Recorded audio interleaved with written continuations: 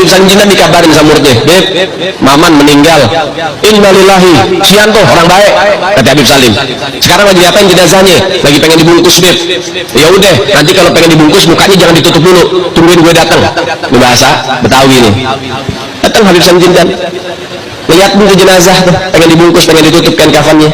Beliau ambil kertas kecil, kotak kecil, dia tulis, ada yang ditulis sama beliau, ditaruh di bawah kepalanya si jenazah. Dah tutup. Sebelum ditutup, habis beliau tulis, dia taruh ke kertas, beliau bilang, Man, gue tahu lo ibadahnya berantakan, tapi lo cinta sama zuriat Nabi Muhammad, ikhlas dari dalam hati. Nanti kalau malaikat munkar nakir datang nanya pertanyaan kubur, jangan lo jawab, Man, lo kasih surat dari gue, lo masuk surga tanpa hisab. Ini adalah bibinya Al-Habib Abu Bakar Muhammad As-Siddiq yang diwariskan kepada ayahnya Muhammad bin Syihab, sekarang diwariskan kepada beliau. Dan beliau mewariskan kepada cucunya, anaknya dan turunannya. Mudah-mudahan kita berkah. Mana umat Nabi Muhammad yang bicara cinta kepada Nabi Muhammad? Mana mereka yang mengharap syafaat saya punya kakek, tapi mereka telantarkan anak cucu baginda Nabi Muhammad? Makanya kita kalau pengen berakhlak sama keluarga Nabi, jangan kasih zakat, kasih apa? Kasih hadiah. Jangan kasih infak sedekah, kasih hadiah kepada mereka. Pahalanya jauh lebih besar daripada zakat dan infak kepada keluarga baginda Nabi Muhammad. Dan ini cash, ini cash, dan ini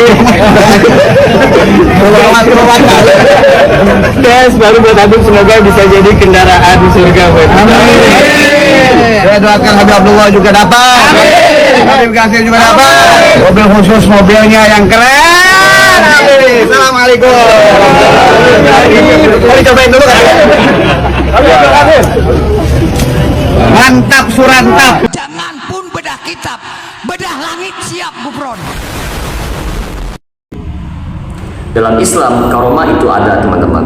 Tetapi karomah bukan bukti kesucian, bukan bukti seseorang pasti wali Allah, dan bukan tanda bahwa orang itu boleh ditaati tanpa kritik. Karomah hanyalah peristiwa yang luar biasa yang Allah berikan kepada sebagian hambanya sebagai ujian, bukan sebagai stempel kebenaran. Nabi SAW sendiri menjelaskan bahwa di akhir zaman akan muncul orang-orang yang melakukan hal yang luar biasa, bahkan bisa membuat langit seperti menurunkan hujan, bumi mengeluarkan tanaman, tapi mereka adalah pendusta. Ini menunjukkan bahwa fenomena luar biasa tidak otomatis berarti kebenaran. Dari sinilah kebohongan terbesar dalam kultus karomah Habib itu dimulai. Di banyak majelis habaib, karomah diceritakan seperti dongeng sakral. Ada Habib yang dikisahkan bisa muncul di dua tempat sekaligus.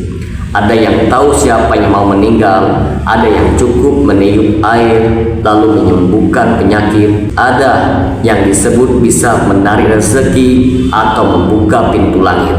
Semua ini diceritakan berantai, tanpa sanad yang bisa diverifikasi, tanpa saksi yang bisa diperiksa, tanpa bukti yang bisa diuji. Tetapi jamaah itu tetap percaya karena mereka sudah lebih dulu percaya bahwa Habib itu pasti wali Allah.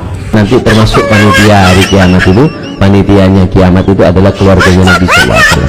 Mereka adalah panitianya.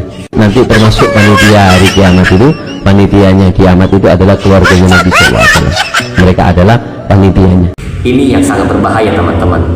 Dalam Islam yang dinilai bukan keturunan, bukan gelar, bukan sorban, bukan cerita karomah, tetapi tauhid dan ittiba kepada Rasulullah Sallallahu Alaihi Wasallam. Allah tidak pernah mengatakan sesungguhnya yang paling mulia di antara kalian adalah yang paling dekat nasabnya kepada Nabi. Tetapi Allah mengatakan sesungguhnya yang paling mulia di antara kalian adalah yang paling bertakwa.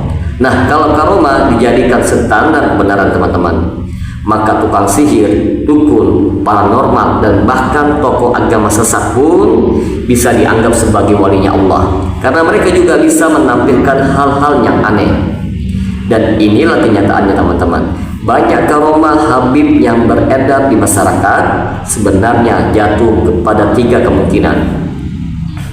Yang pertama, kebohongan dan dramatisasi jamaah. Yang kedua, sugesti psikologis. Yang ketiga, fenomena gaib yang tidak berasal dari Allah, yaitu istidraj ataupun sihir, tapi tidak pernah diuji dengan ilmu dan syariat. Yang lebih parah teman-teman, karomah sering dipakai sebagai tameng kritik. Saya aja digigit kobra, kobranya yang mati. Pernah digigit kobra? Digigit king kobra. 2 menit king kobranya yang mati. Kata, wah, bukan Habib kena racun king kobra. King kobra kena racun Habib. Kalau seorang habib itu salah dalam akidah seperti mengajarkan tawasul yang berlebihan, menyebarkan cerita-cerita khurafat, memuja kuburan, menjual air doa, jimat atau benda berkah. Nah, begitu kita kritik, langsung muncul kalimat yang mengatakan kamu tidak tahu siapa dia wali besar, dia punya karomah, seolah-olah karomah bisa menghalalkan penyimpangannya. Oh, nggak ngaji ini. Celeng berarti Wahabi mereka. Wahabi mereka. Hajar si Aquain. Nah, padahal Al-Imam Asy-Syafi'i mengatakan jika kamu melihat seseorang itu bisa berjalan di atas air ataupun terbang di udara, tetapi tidak mengikuti Al-Quran dan As-Sunnah, maka ketahuilah dia adalah seorang pendusta. Ini prinsip Ahlussunnah wal Jamaah, teman-teman. Jadi karomah tidak pernah lebih tinggi dari syariat. Kalau karomah bertentangan dengan tauhid, maka itu bukan karomah. Sekarang kita bongkar satu hal yang jarang dibahas. Mengapa cerita karomah Habib begitu masif? Jawaban sederhananya teman-teman, karomah adalah alat legitimasi kekuasaan. Kalau orang percaya seorang Habib punya kekuatan yang gaib, maka ucapannya menjadi hukum. Kritik terhadapnya dianggap melawan wali. Jamaah tunduk tanpa berpikir, harta dan loyalitas itu pun mengalir. Inilah pola yang sama dengan pendeta abad pertengahan, teman-teman. Guru itu dikultuskan dan tokoh agama sesat di berbagai peradaban. Mereka selalu membangun aura bahwa aku bukan orang biasa, aku punya hubungan khusus dengan Tuhan. Di dunia Habib, narasi ini dikemas dengan kata karomah yang lebih menyedihkan, teman-teman. Banyak orang awam akhirnya lebih percaya karomah Habib daripada dalil dari Al-Quran maupun hadis. Kalau ada hadis yang sahih yang bertentangan dengan kebiasaan sang Habib, nah yang dibela tetap Habibnya. Kalau ada ulama yang menjelaskan kesalahan suatu amalan, yang diserang ulamanya, bukan prakteknya. Ini tanda bahwa karomah sudah berubah menjadi agama baru. Bukan lagi Islam berdasarkan wahyu, tetapi Islam berdasarkan figur.